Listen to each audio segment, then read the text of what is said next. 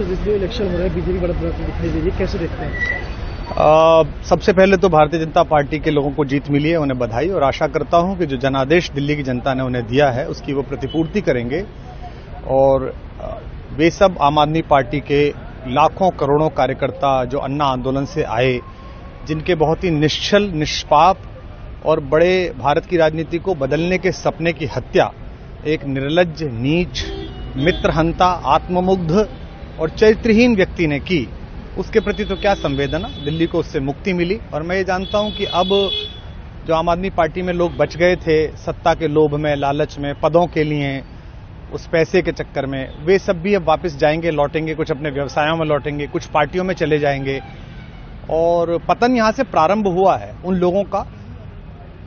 मेरे लिए कोई प्रसन्नता का और दुख का विषय नहीं है, मैं बीच में खड़ा हूं। प्रसन्नता इस बात की है कि करोड़ों लोगों ने आशा लगाई थी, करोड़ों लोगों ने, लोग अपनी नौकरियां छोड़ के आए थे, व्यवसाय छोड़ के आए थे, दुश्मनियां ली थी लोगों ने, उन सब की हत्या एक आत्ममुग्ध आदमी ने, एक चरित्रहीन आदमी ने अपनी निजी महत्वाकांक्षाओं की पूर्ति के लिए की।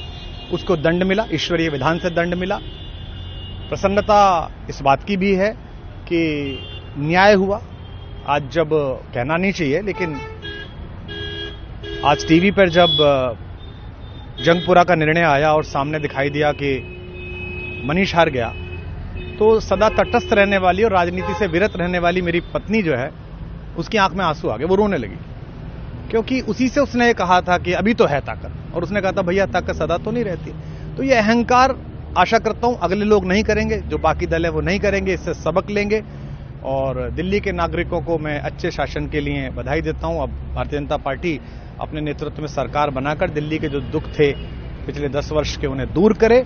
और आम आदमी पार्टी के समस्त कार्यकर्ताओं को कहता हूं कि आपने जिस किसी भी लोभ लालच में, सब कुछ जानते हुए एक ऐसे व्यक्ति के समर्थन में काम किया जिसने अपने मित्रों की पीठ में झुरा घोंपा, गुरु को धोखा दिया, अपने साथ कंधे से कंधा मिला के लड़ने वाली महिलाओं को अपने घर लाके पिटवाया, अपनी निजी सुख और साधन के लिए जनता का पैसा खर्च किया, अब उससे आशा लगानी छोड़ें, अब बाहर निकलें, अपना अपना जीवन देखें। मुझे राघवेंद्र सरकार राम की कृपा मिली, जिनका ये घर है, जिनकी कृपा से मैं यहाँ खड़ा हूं। मुझ पर कृष्ण कृपा हुई कि मैं इस निर्लज्ज सर्कस से बाहर आ सका। मैं उन सब से भी अच्छे भविष्य की कामना करता हूं कि वो कोई गंदगी ना फैलाएं कहीं भी, वो लौट जाएं अपने शिविरों में। जिस तरह माधव को, कृष्ण को दूत देखकर भी भरी सभा में अट्टहास करने वाला दुर्योधन जो ये कहता था सुचिग्रम नैव दास्यामि बिना युद्धे न केशवः, बिना युद्ध के 5 गांव भी नहीं दूंगा, आज वो अपनी सीटों के लिए तरस रहा है। और मुझे पता है कि इस दुर्योधन का अंत भी टूटी हुई जंघा के साथ बड़ा ही दारुण होगा, और भारतीय राजनीति एक कलंकित अध्याय के रूप में इस बौने दुर्योधन को और इसके दरबार के तमाम शकुनियों को याद करेगी।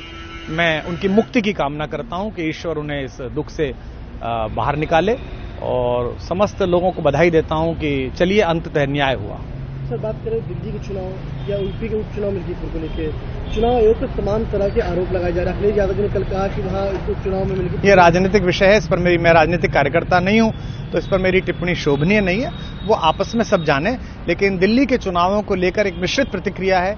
दुख है कि अन्ना आंदोलन से एक ऊर्जा जो पैदा हुई थी, जिससे देश में एक सकारात्मक बदलाव हो सकता था, एक वैकल्पिक राजनीति हो सकती थी, उसकी हत्या एक अहंकारी आदमी ने, एक आत्ममुग्ध और असुरक्षित आदमी ने कर दी। मैं आशा करता हूं कभी ना कभी भारत में ऐसा सूर्योदय किसी न किसी दल में अवश्य होगा, जो भारत को जहां पहुंचना है वहां पहुंचाने का मार्ग प्रशस्त करेगा। बहुत धन्यवाद।